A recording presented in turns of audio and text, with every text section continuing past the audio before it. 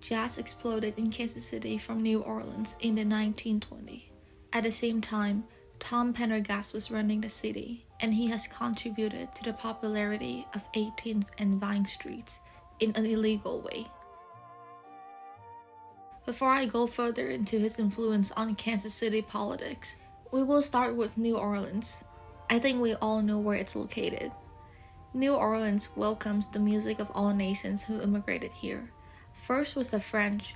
They were pioneers, and the city of New Orleans was a French colony in the 1700s.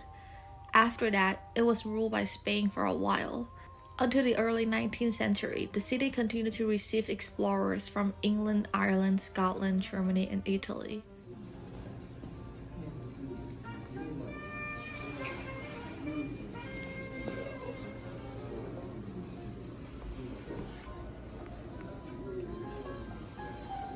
I love Blues Piano.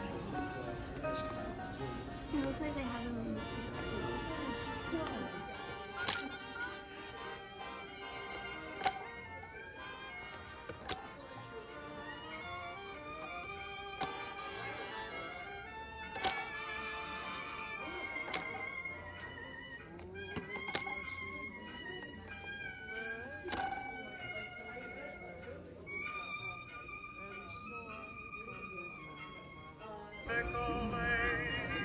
Rooted in the spirituals and blues of African American culture, Louis Armstrong.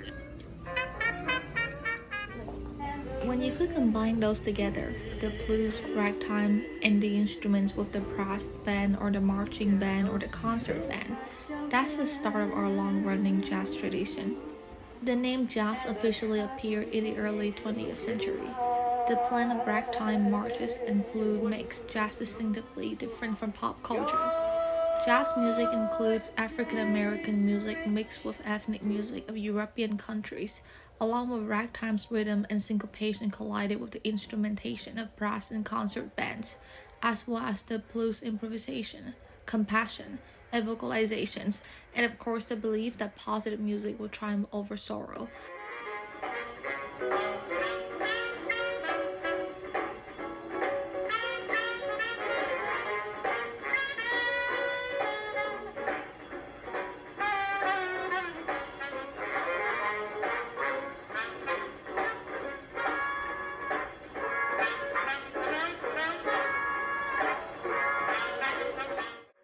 The blues refer to the vivid hallucination that was a slang for drunk in the 1800s and originated from the 17th century English idiom blue devils.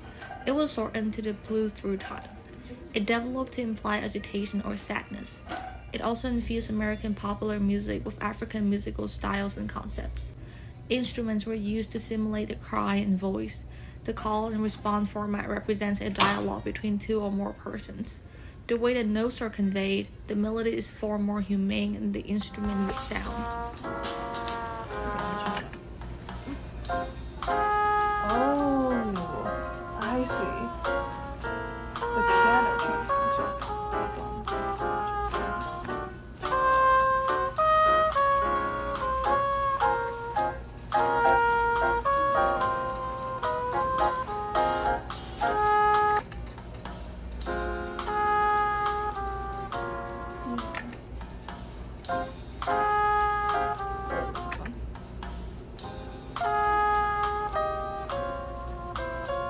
okay. The piano is in the background and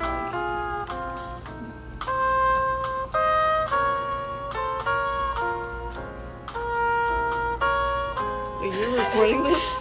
Yes, Great. it's okay. really helpful. Okay. Piano is kind of like in the background and makes like kind of an echo of the original melody. Kind of makes a more melancholy feel to it, I think. What about this? Ooh. Okay, I really like that.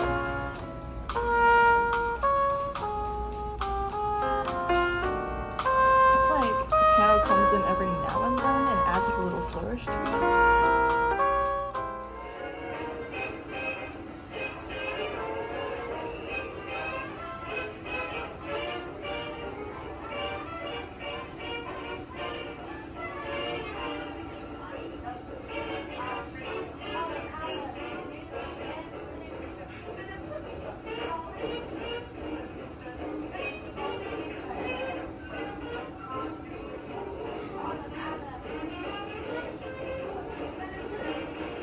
The music's lengthy entanglement with politics isn't a sidebar, it's the main story. Talking about this time period in Kansas City, we cannot forget the Great Depression and particularly Pendergast.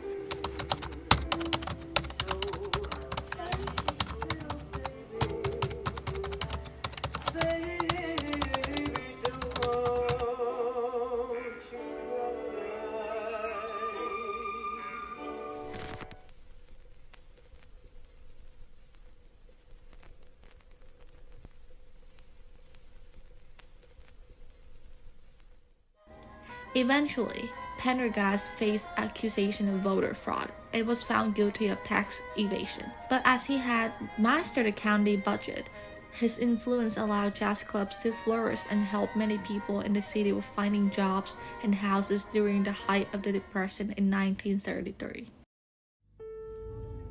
I would not go into this because it's off topic. Still wanted to point it out since it was mysteriously said that there are marks on the front of the building that for years was claimed as bullet holes from the shooting.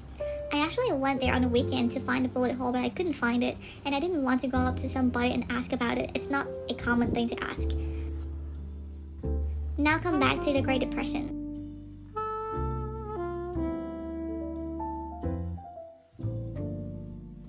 The first one is the Pendergast machine. People would line up daily at 1908 Main Street to speak with the boss himself, and Lady First. The second group is the Helping Hands Institution, funded by William Voelker, a reform-minded rival of Pendergast. This group aided an estimated 40,000 homeless men yearly. The third one is the City Union Mission. In 1934, Annie Chambers turned one of her houses into a shelter for women. Today, the service offers food and a place of safety for poverty, homeless men, women, and children in KC. In May 1939, Pendergast pleaded guilty and was sentenced to 15 months in the Leavenworth Federal Penitentiary and a fine of $10,000.